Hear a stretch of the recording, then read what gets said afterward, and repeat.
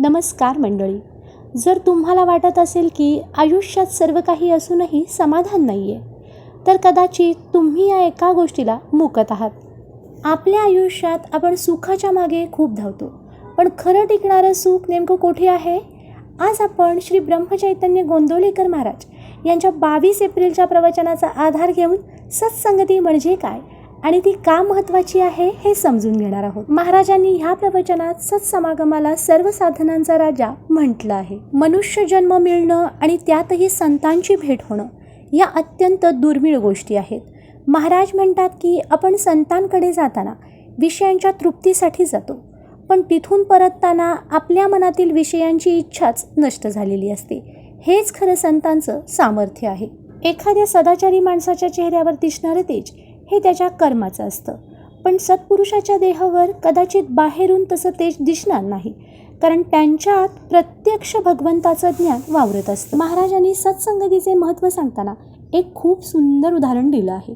आगगाडीत बसलेली सर्व माणसे, मग ती पहिल्या वर्गातील असोत किंवा विना तिकीट प्रवास करणारी, जर त्यांनी गाडी सोडली नाही तर ती शेवटच्या स्टेशनपर्यंत पोहोचतातच. त्याचप्रमाणे संतांची संगत धरली की मग माणूस दुष्ट असो वा पापी असो, तो भगवंतापर्यंत नक्कीच पोहोचतो. अट फक्त एकच, आपण ती सत्संगतीची गाडी अर्धवट सोडता कामा नये. महाराजांनी सत्संगतीचे 3 प्रकार सांगितले आहेत, जे आपण आपल्या दैनंदिन जीवनात अंमलात आणू शकतो. संतांच्या सानिध्यात राहणे, संतांनी दिलेल्या नामाचा किंवा मंत्र्याचा सतत जप करणे, संतांच्या शिकवणुकीनुसार आपले आयुष्य जगणे.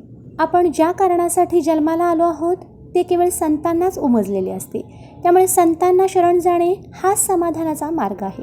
महाराजांच्या शब्दात सांगायचे तर संतांजवळ जे समाधान असते ते जेव्हा आपल्याला लाभते तेव्हाच आपल्याला संतांची प्रचिती आली असे समजावे. तर मंडळी, आजचा हा विचार तुम्हाला कसा वाटला?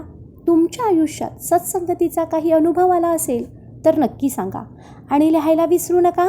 श्रीराम जय राम जय जय राम. व्हिडिओ आवडल्यास लाईक करा आणि शेअर करा तुमच्या मित्रपरिवारासोबत.